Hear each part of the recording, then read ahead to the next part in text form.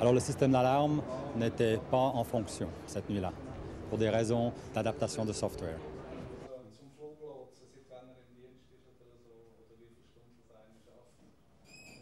Das System war an diesem Abend ausgeschaltet und das ist eigentlich auch normal, weil ab und zu müssen ja die Systeme auch entsprechend angepasst werden und die Ausschaltung geschieht in der Nacht, um eben nicht den Verkehr zu stören.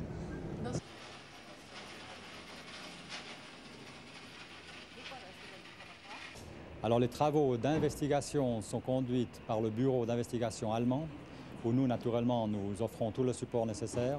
Nous faisons aussi nos réflexions internes et jusqu'à maintenant nous ne voyons pas de raison de changer quelques procédures que ce soit.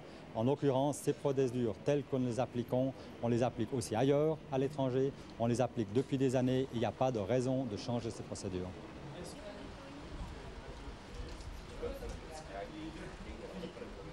Ce n'est pas parce que cette alarme ne fonctionnait pas que le contrôleur a donné cet ordre seulement 50 secondes avant le crash. C'est une supposition que je ne peux pas prendre position. Il faut attendre les recherches et les conclusions des instituts de recherche.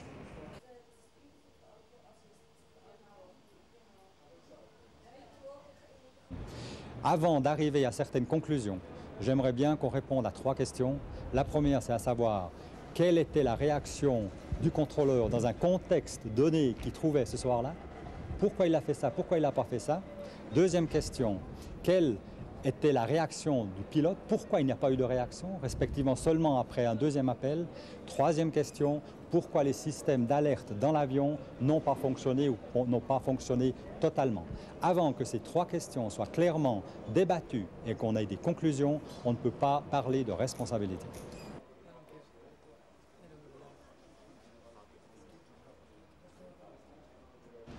Le contrôleur, la dernière fois que je l'ai vu, c'était là hier. Il est naturellement resté à la maison. Il a un support médical adéquat.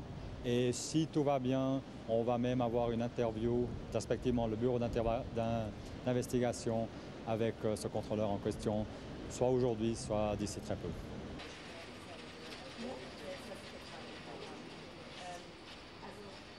Okay. Even almost 2 days after this tragedy, I don't find the word actually to describe the shock I have, and the deep sadness we have, the whole crew of Skyguide.